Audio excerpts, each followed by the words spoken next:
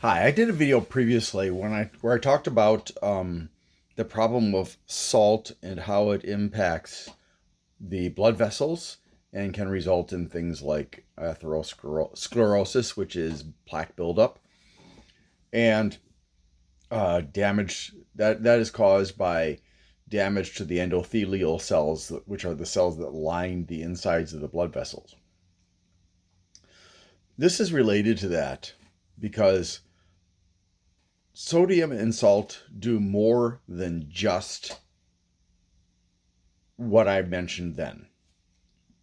So, yes, they cause hypertension, they cause damage to the blood vessels if you're consuming too much, but they also cause water retention, which is to say, the more salt or sodium you have in your cells, which gets distributed by your blood, not the cells, I mean, the salt or sodium gets distributed in your blood stream.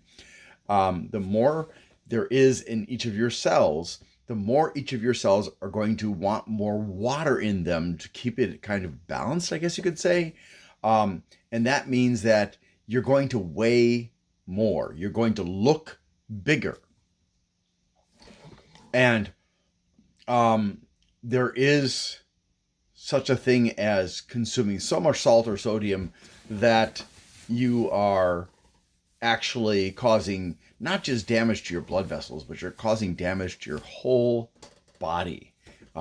If you watch Chubby Emu, he has some videos where he talks about that kind of a phenomenon where somebody consumed too much sodium or salt and what happened to that person because their whole body was saturated with salt and their body was pulling in all this moisture, and so the person wasn't peeing and they needed the person, and so on and so forth.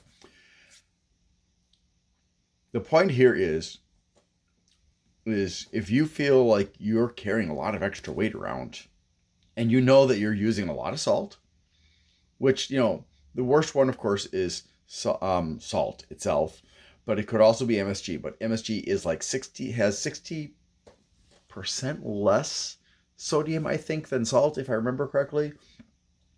Um, or if you're consuming baked goods or anything else that has like baking soda, baking powder, sodium guanylate, and anything that says sodium in the ingredients, that's a source of sodium.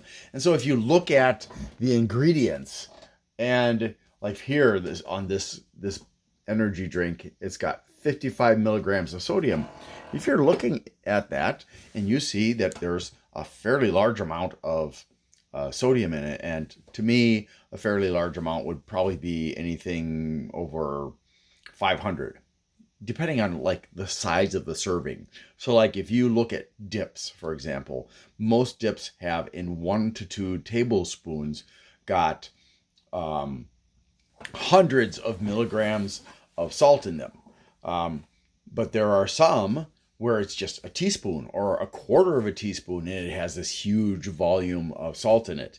So it's very bad for health because it's just packed with salt. And it's a concentrate, so potentially. So unfortunately, if you're eating a lot of foods, processed foods, baked goods, they're going to have a lot of sodium in them, generally speaking.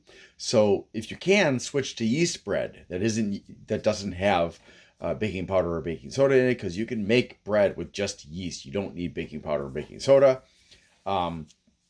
or just cut down on consuming those things that have lots of sodium in them. Because again, as I mentioned last time, the American Heart Association last year came out with a new guideline for sodium consumption, which is 1,200 milligrams a day. And the previous one was, I believe, 2,300 milligrams or 2.3 grams. And if you are experiencing things like hypertension or palpitations or chest pains, and it could be either side actually, or just twinges where it doesn't feel like there's any pain, but there's a strange sensation of something, kind of a little twinge of sensation there.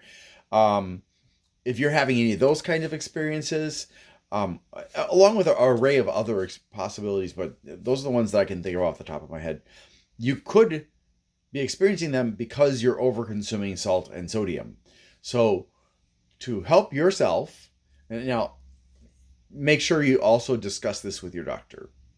Talk about approximately how much sodium and salt you're taking in every day, and do separate them, because when you watch Gordon Ramsay, he's like a pinch of salt and he takes like a handful and throws it in there, and that's not a pinch of salt. That's an insanely large amount of salt. But he's cooking a huge pot. If you're cooking a huge pot of food, that all gets distributed through the whole food. It's not just in one little meal. But yeah, if you can show the doctor, so I'm consuming probably this much sodium per day and this much salt, just keep them separate. And then you can work with your doctor to figure out, is this something that is causing the health problems that you're having? If your doctor is unsure, then ask to see a dietitian or nutritionist, because they know more about that than most doctors. Most doctors know barely anything about nutrition because, quite honestly, most doctors get almost no education in diet and nutrition when they go through medical school. In fact, it amounts in most places, in most countries, to about 24 hours of training, if that. Now, pediatricians, once they're in residence at a hospital, they do get additional training into pediatric diet and nutrition, but that's specific to children. So you need to make sure you're talking to somebody who really understands, because I had a cardiologist. He admitted he didn't know nutrition. 90% of cardiology problems, heart problems, are related to diet. How can you be call yourself a cardiologist and not even understand the main factors that are currently affecting us in terms of that? So if you find a doctor that doesn't know nutrition and diet, find another doctor. If that's what you're working on, find another doctor. Anyways, I hope that helps. Thanks for watching, and I hope you have a great day.